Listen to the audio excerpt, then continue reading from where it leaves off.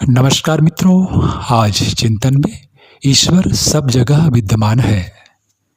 अपनी दैनिकता का दोष परमात्मा को देने से कहीं अच्छा है कि अपने अपरिश्रमी स्वभाव को दिया जाए। वह समदर्शी परमपिता परमात्मा कभी किसी के साथ अन्याय नहीं करता। उसके पास देने के लिए जो दया का कोष है, उसका भाग वह सबको पात्रता के अनुसार न्यायपूर्वक ही देता है। जगत में आकर जो पुरुषार्थी एवं आत्मविश्वासी व्यक्ति अपनी पात्रता की वृद्धि कर लेते हैं, निश्चय ही वे उसकी कृपा का अधिक अंश पा लेते हैं। परमात्मा मनुष्य के प्रयत्न पात्र को अपनी कृपा से लबालब भरे रहता है। अपनी प्रयत्नहीनता को दोष न देकर परमात्मा को दोष देना उसकी न्यायशीलता में एक अक्षम्य अशिष्टता तथा धृष्टता है। यह उनकी इस दुष्ट भावना का भी फल होता है कि आशा की ओर से अंधे होकर निराशा का हाथ पकड़े हुए जीवन का मार्ग टटोलकर ठोकरे खाते फिरते हैं। यह उनकी इस धृष्टता का ही परिणाम है कि उनका विश्वास सौभाग्य के प्रति होने के स्थान पर दुर्भाग्य के प्रति दृढ़ रहता है।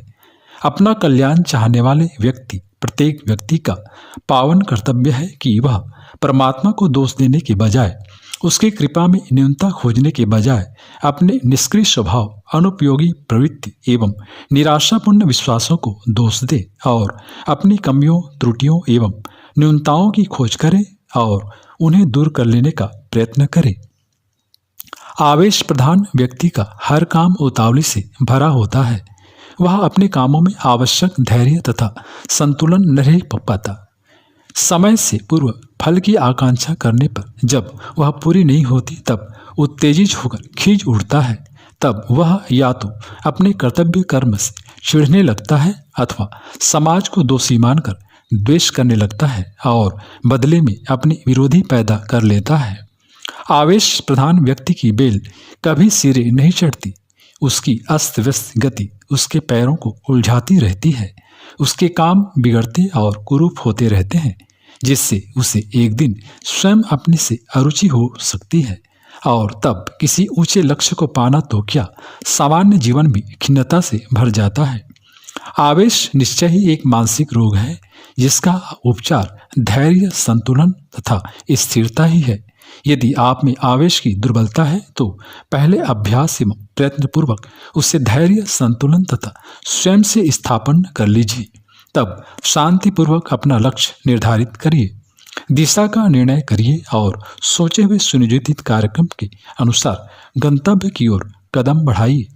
असहनशील व्यक्ति मार्ग की उन बाधाओं तथा विरोधों से उस प्रकार नहीं निपट सकता जिस प्रकार प्रगति के महत्वाकांक्षी के लिए संभव है।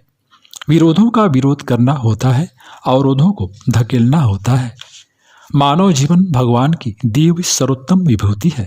इससे बड़ा वरदान और कुछ हो ही नहीं सकता।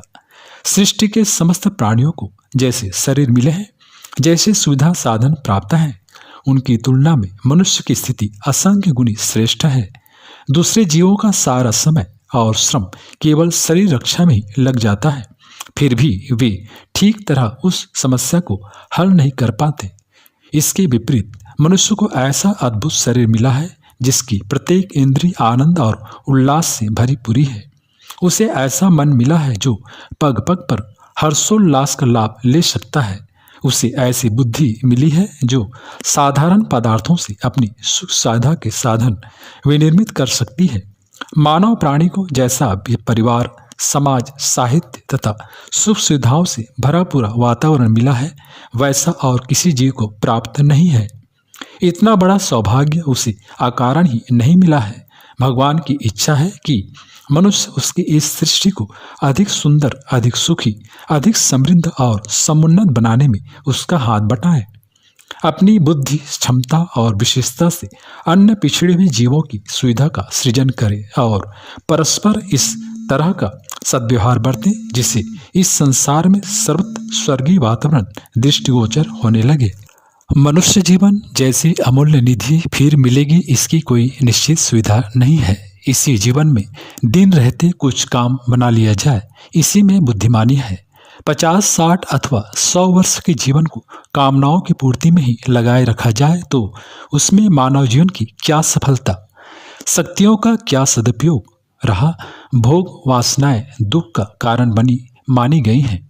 अन्य जन्मों में उनके दुष्परिणाम होते हों या न होते हों, इसे चाहे कोई माने या ना माने, पर वासनाएं इसी जीवन में मनुष्य को तंग करती हैं।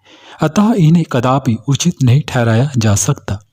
इस बात पर बहुत गहराई तक विचार लेनी चाहिए। एक बार अवसर निकल जाने के बाद में फिर पछतावा ही शेष रहता है। बुद्धिमान लोग समय रहते ही अपने लक्ष्य को पूरा करने का प्रयास करते हैं।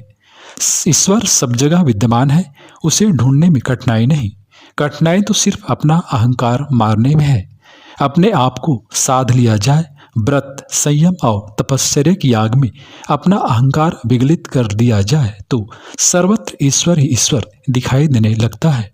मित्रों, जब तक मन में मैल है, ईश्वर का प्रकाश कैसे दिखाई देगा? जब तक अपने स्वार्थ से ही छुटकारा नहीं मिलता, तब तक परमात्मा की याद कैसे आ सकती है?